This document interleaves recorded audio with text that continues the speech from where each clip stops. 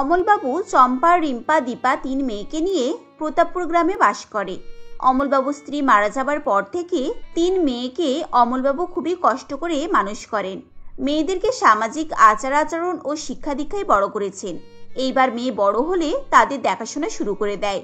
মেয়েদের বিয়ের জন্য বিভিন্ন জায়গা থেকে বিয়ের কথা আসে, কিন্তু যৌতুক দেওয়ার কারণে বিয়ে কেটে যায়। কারণ অমলবাবু একাই রোজগার করতেন, তার পক্ষে তিন মেয়েকে যৌতুক দিয়ে বিয়ে দেওয়া খুবই অসম্ভব ছিল।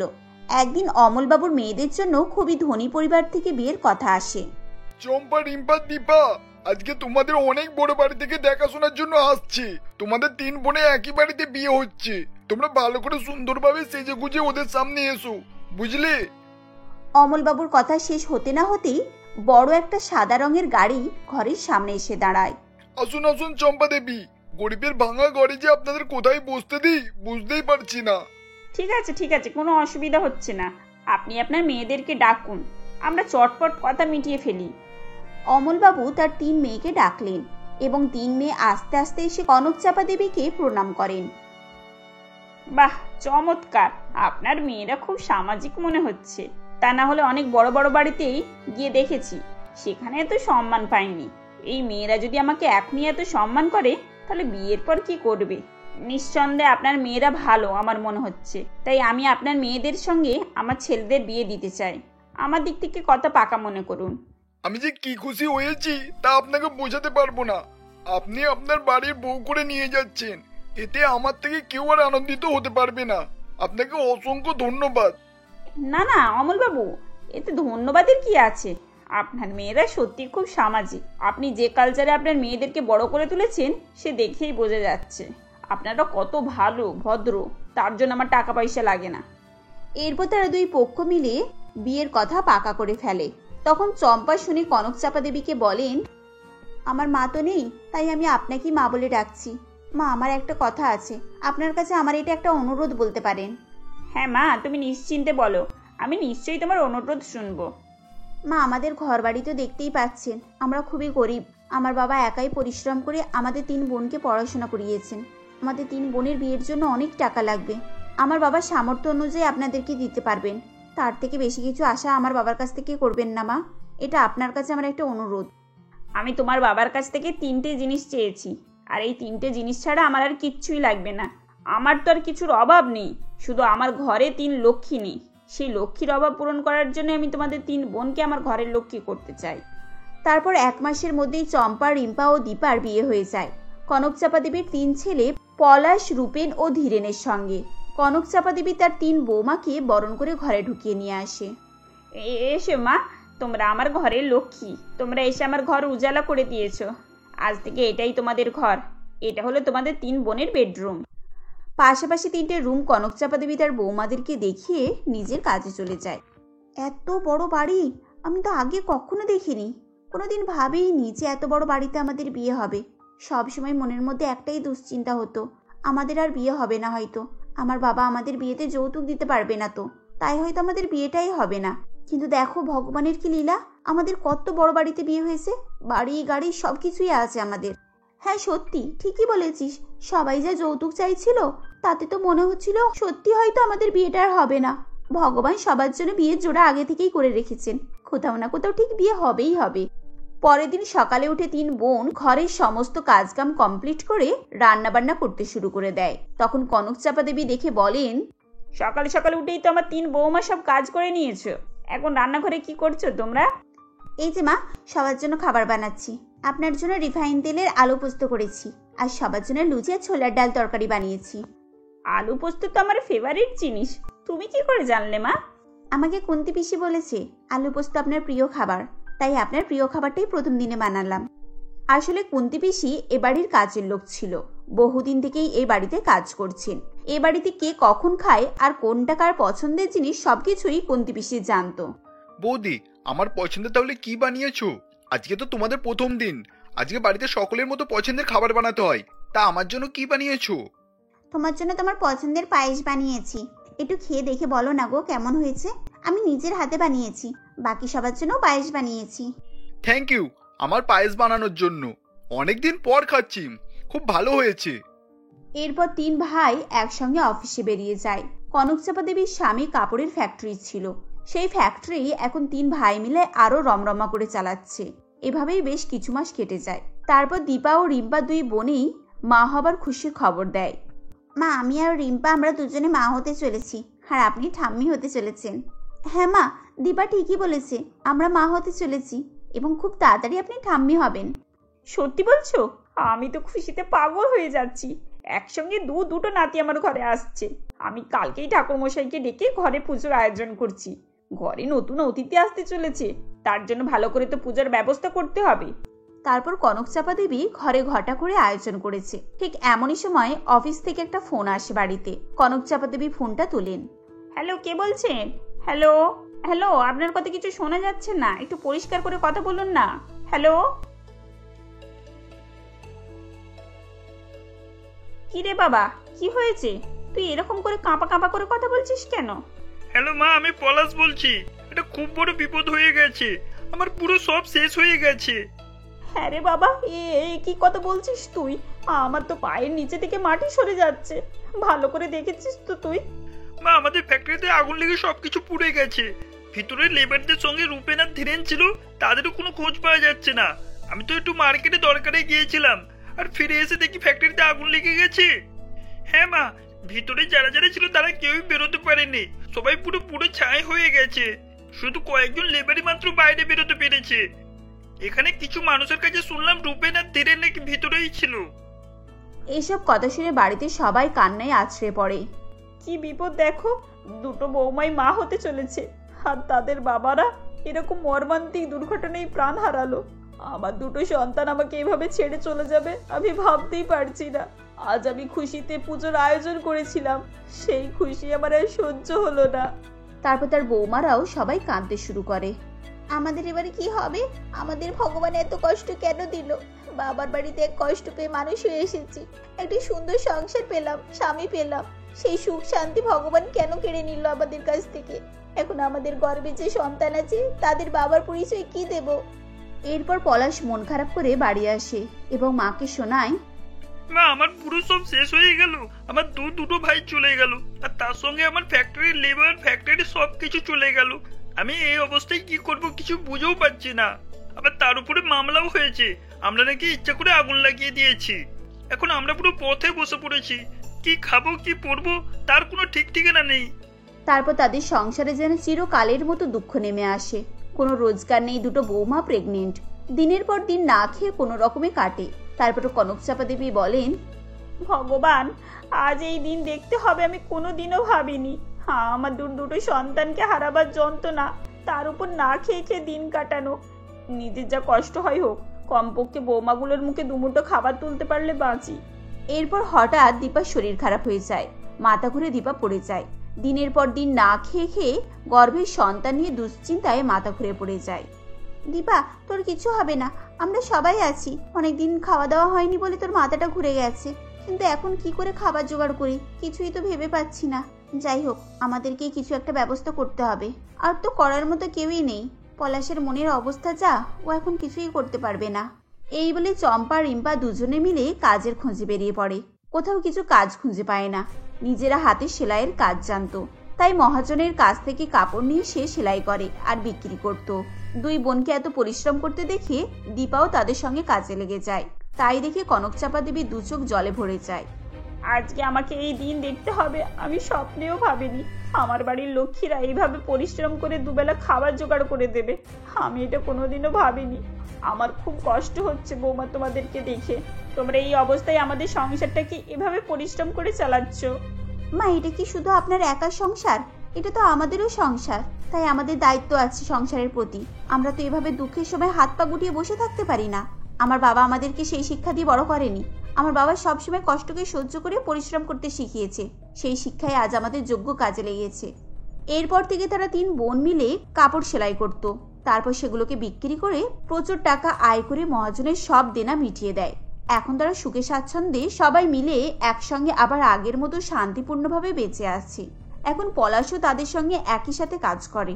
কনকচাপা দেবী তার বৌমাদের পরিশ্রমের ফল দেখে খুবই খুশি হয়। দেবগড় গ্রামে জমিদার রতন সিং এবং তার মা সুভদ্রা দেবী ও স্ত্রী লাবণী দেবী বসবাস করতেন। রতন সিং এর বিয়ে 5 বছর হয়ে গিয়েছিল, কিন্তু তাও তাদের কোনো সন্তান হয়নি। রতন সিং এর স্ত্রী লাবণী দেবী অনেক ডাক্তার বৈদ্য দেখান, কিন্তু কিছুতেই কোনো ফল হচ্ছিল না। এমনই একদিন সুভদ্রা দেবী লাবণী দেবীকে বলেন, বৌমা, আজ আমি মন্দির থেকে আসার সময় এক যোগী বাবার খবর পেয়েছি। শুনেছি তিনি নাকি খুবই সিদ্ধ পুরুষ। তা আমি বলি কি, তুমি আর রতন মিলে একবার তাকে দেখিয়ে আসো। সুভদ্রা দেবীর কথা শুনে লাবণী দেবী জমিদার বাবুকে এ বিষয়ে বলেন। তারপর তারা দুজনে মিলে সেই যোগী বাবার উদ্দেশ্যে বেরিয়ে পড়েন। অনেক পথ অতিক্রম করে শেষে বাবার আশ্রমে গিয়ে ওঠেন এবং সেখানে গিয়ে বাবাকে তাদের সমস্যার কথা বলেন। সবকিছু শুনে যোগী বাবা বলেন, শোন, তোর সন্তান হচ্ছে না তোর স্ত্রীর জন্য, ও কোনোদিনই মা হতে পারবে না। এ আপনি কি বলছেন বাবা? আমরা এত কষ্ট করে এত দূরে আপনার কাছে এসেছি, আপনি কোনো একটা উপায় বলে দিন যাতে করে আমি মা হতে পারি। শোনো মেয়ে, আমার যা বলার আমি বলে দিয়েছি, এবার তোমরা আসো। এরপর তারা সেখান থেকে বাড়ি ফিরে আসে। বাড়ি ফিরে এসে জমিদার বাবু তার মাকে সমস্ত ঘটনা বলে। সবকিছু শুনে সুভদ্রা দেবী বলেন, আমার তো এটাই সন্দেহ হয়েছিল, ওই মেয়ের মধ্যেই নিশ্চয়ই সমস্যা আছে, না হলে আমার সংসারে এত দিন হয়ে গেল, একটা নাতি নাতির মুখ দেখতে পাবো না। এখন আর কি করা যাবে মা? আমি না হয় একটা বাচ্চা দত্তক নিয়ে নেব, আর সেটা কি বড় করে মানুষ করে তুলবো। খবরদার, এসব কথা মুখেও আনবি না। কার না কার বাচ্চা আমি তাকে আমার বংশের উত্তরাধিকার বানাবো। শোন খোকা, এই মেয়েকে তুই বাড়ি থেকে বের কর আর একটা নতুন বিয়ে কর, দেখবি তোর নিজের ছেলে হবে।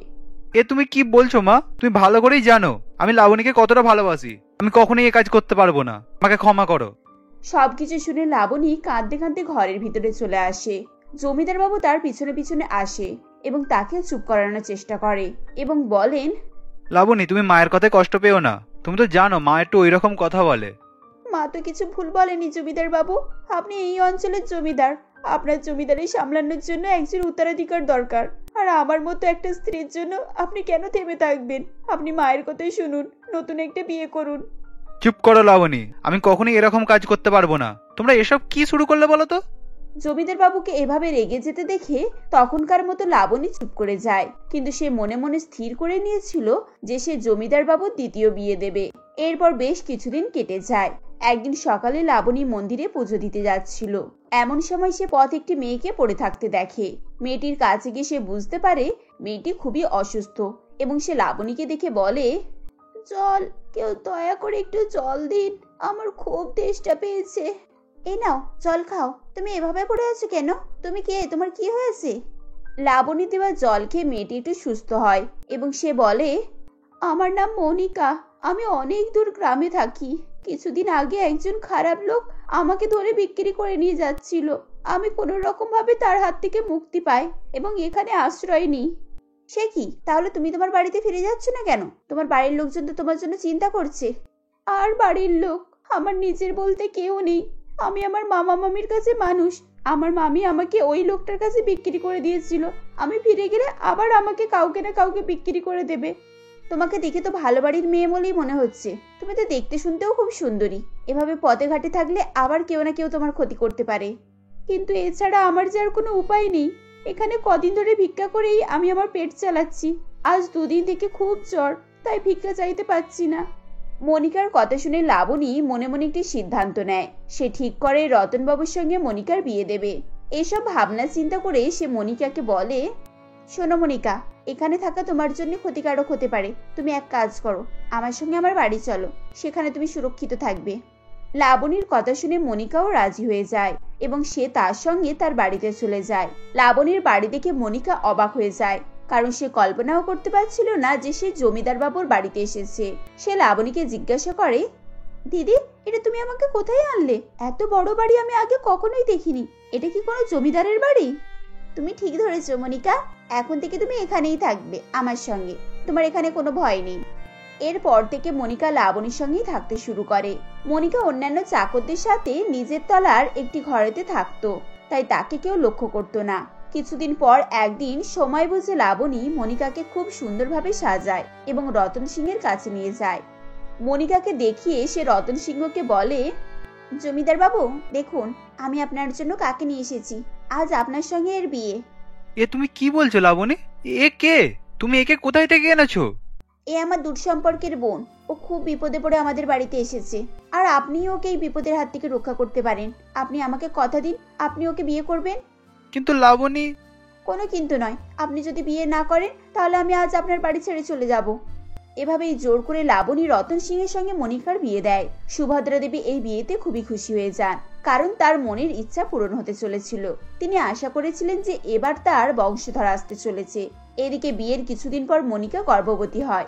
এই খবর শুনে সুভদ্রা দেবী বলেন, যাক, এতদিন পর আমার স্বপ্ন সত্যি হয়েছে। শেষ পর্যন্ত আমার কুলের মর্যাদা রাখতে আমার বংশধর আসছে। আমি আজকে সারা গ্রামের লোককে খাওয়াবো। এই বলে তিনি চাকর বাকরদের ডেকে লঙ্গরখানা করার আদেশ দেন। রান্না হয়ে গেলে তিনি নিজের হাতে সমস্ত গ্রামবাসীদের খাবার বিতরণ করেন। এমন সময় মনিকা ও লাবণী দুজনেই সেখানে দাঁড়িয়েছিল। খাবার নিতে আসা এক ভিখারি মনিকাকে দেখে চিনতে পারে এবং সে সুভদ্রা দেবীকে বলেন, ঠাকুরান, এই মেয়েটা কে? আরে এখানে কেন? এ তুই কি বলছিস? ও আমার বাড়ির বৌমা। ওর পেটেই তো আমার বংশধর আসতে চলেছে। ক্ষমা করবেন না, কিন্তু এই মেয়েটাকে আমি চিনি। এ নন্দনপুর গ্রামের মেয়ে। একে তো গুন্ডারা ধরে নিয়ে চলে গেছিল শুনেছিলাম, নাকি নিয়ে গিয়ে বিক্রি করে দিয়েছিল। এখানে কি করে এলো? ভিখারির মুখে এসব কথা শুনে সুভদ্রা দেবীর মাথায় আকাশ ভেঙে পড়ে। তিনি আগুন চোখে মনিকা এবং লাবণীর দিকে তাকান। এরপর খাওয়ানো ছেড়ে তিনি তাদেরকে নিয়ে ঘরের ভিতরে চলে যান। এমন সময় জমিদার বাবু সেখানে আসেন। তখন লাবণীর আর কিছুই করার ছিল না। সে বাধ্য হয়ে জমিদার বাবুকে সবকিছুই বলেন। আমায় ক্ষমা করে দাও, আমি তোমাদের কাছে এই কথাটা লুকিয়েছি। বিশ্বাস করো, আমার কোনো খারাপ মনোকামনা ছিল না। তোমাদের বংশধরের কথা ভেবেই আমি এই কাজ করেছি। মিথ্যে কথা, তুমি সমস্ত মিথ্যে কথা বলছো। তুমি হিংসা করে এই কাজ করেছো, যাতে করে আমাদের বংশে কালি পড়ে, সবাই আমাদের দিকে আঙুল তুলে কথা বলতে পারে। এভাবে বলবেন না মা, আমি সত্যি বলছি। ছি ছি ছি ছি ছি বৌমা, এমন কাজ করতে তোমার একটুও বাধলো না? এটা করে তুমি নিজেকে মহান প্রমাণ করতে চেয়েছিলে, তাই না? আমার তখনই বুঝে যাওয়া উচিত ছিল। দেখলি তো খোকা, তুই ঘরে কেমন শত্রুকে পুষেছিস। লাবণী, তুমি এটা কি করলে? তুমি না বলেছিলে ও তোমার আত্মীয় হয়, তোমার বোন? তাহলে এসব কি শুনছি? এরপর লাবণী অনেক কষ্ট করে জমিদার রতন সিং ও তার শাশুড়ি সুভদ্রাকে বোঝানোর চেষ্টা করে, কিন্তু তারা কিছুতেই তার কথা বিশ্বাস করতে চাইছিল না। সুভদ্রা দেবী লাবণীকে বলেন, তুমি এক্ষুনি এই বাড়ি ছেড়ে চলে যাও। আমি আর এক মুহূর্ত তোমাকে সহ্য করতে পারছি না। সুভদ্রা দেবীর কথা শুনে লাবণী কাঁদতে কাঁদতে বাড়ি ছেড়ে বেরিয়ে চলে আসে। ঠিক এমনই সময় মনিকা বলে, তুমি যদি বাড়ি ছেড়ে চলে যাও তাহলে আমিও তোমার সঙ্গে এই বাড়ি ছেড়ে চলে যাব। তুমি কোথাও যাবে না। ভুলে যেও না, তোমার গর্ভে আমাদের বংশধর রয়েছে। আমি কিছু ভুলে যাচ্ছি না মা। আমি তো আমার উপকারীর উপকারটা মনে রেখেছি। উনি আমার দুর্দিনে আমাকে এই বাড়িতে এনেছিলেন, রেখেছিলেন, খাইয়েছেন, পরিয়েছেন, সব রকম সুযোগ সুবিধা দিয়েছেন। এমনকি ওনার স্বামীকে আমার হাতে তুলে দিয়েছেন। আর আজ আমি এতটা স্বার্থপর হতে পারবো না। এই বলে মনিকা ও লাবণীর সঙ্গে বাড়ি ছেড়ে বেরিয়ে পড়ে। এরপর তারা হাঁটতে হাঁটতে পথে একটা আশ্রম দেখতে পায়। দুজনে মিলে সেখানে গিয়ে ওঠে। কিছুদিন পর মনিকা একটি ছেলের জন্ম দেয়। এরপর লাবণী ও মনিকা দুজনে মিলে সেই ছেলেটিকে মানুষ করতে থাকে। এদিকে জমিদার বাবু অসুস্থ হয়ে পড়েন। সুভদ্রা দেবী তার কাছে এসে বলেন, বাবা, এখন তোর শরীর কেমন আছে? এত ডাক্তার দেখানো হচ্ছে, কোনোভাবেই তোকে সারাতে পারছি না। এখন আমি কি করব কিছুই বুঝতে পারছি না। মা, তুমি ওদের কোনো খোঁজ পেয়েছো? ওরা কোথায় আছে? আর আমার সন্তান, সে কেমন আছে? না বাবা, আমি অনেক খোঁজ করেছি, কোথাও তাদের সন্ধান পাইনি। আজ আমার পাপের শাস্তি তুই পাচ্ছিস। আমি যদি সেদিন ওই নিষ্পাপ মেয়ে দুটোকে বাড়ি থেকে তাড়িয়ে না দিতাম, তাহলে আজ আমার এত বড় ক্ষতি হতো না। এভাবেই সুভদ্রা দেবী কান্নাকাটি করেন। ঠিক সেই সময় একজন পেয়াদা সুভদ্রা দেবীর কাছে আসে এবং মনিকা ও লাবণীর খবর দেয়। তৎক্ষণাৎ সুভদ্রা দেবী সেই পেয়াদার সঙ্গে সেই আশ্রমে যান। লাবণী ও মনিকা একটি বাচ্চা ছেলেকে স্নান করাচ্ছে। তাদের কাছে গিয়ে তিনি হাত জোড় করে ক্ষমা চান ও বলেন, বৌমা, তোমরা এখানে? আমি তোমাদের কত জায়গায় খুঁজেছি। তোমরা আমাকে ক্ষমা করে দাও মা। আমি তোমাদের কাছে মাথা নত করে ক্ষমা চাইছি। এ কি মা, আপনি এভাবে ক্ষমা চাইবেন না। আপনি আমাদের থেকে বড়। আপনি এভাবে ক্ষমা চাইলে আমাদের পাপ হবে। আমরা আপনাকে ক্ষমা করেছি। সত্যি বলছো? সত্যি যদি আমাকে ক্ষমা করো তাহলে আমার সাথে বাড়ি ফিরে চলো। ওই বাড়ি তোমাদের ছাড়া বাড়ি বলে মনে হয় না। এরপর লাবণী ও মনিকা তাদের ছেলেকে নিয়ে জমিদার বাড়িতে ফিরে যায়। তাদেরকে দেখে জমিদার বাবুর আনন্দে সীমা থাকে না। এরপর তিনি ধীরে ধীরে সুস্থ হয়ে ওঠেন এবং এভাবেই তারা সুখে শান্তিতে বসবাস করতে থাকে।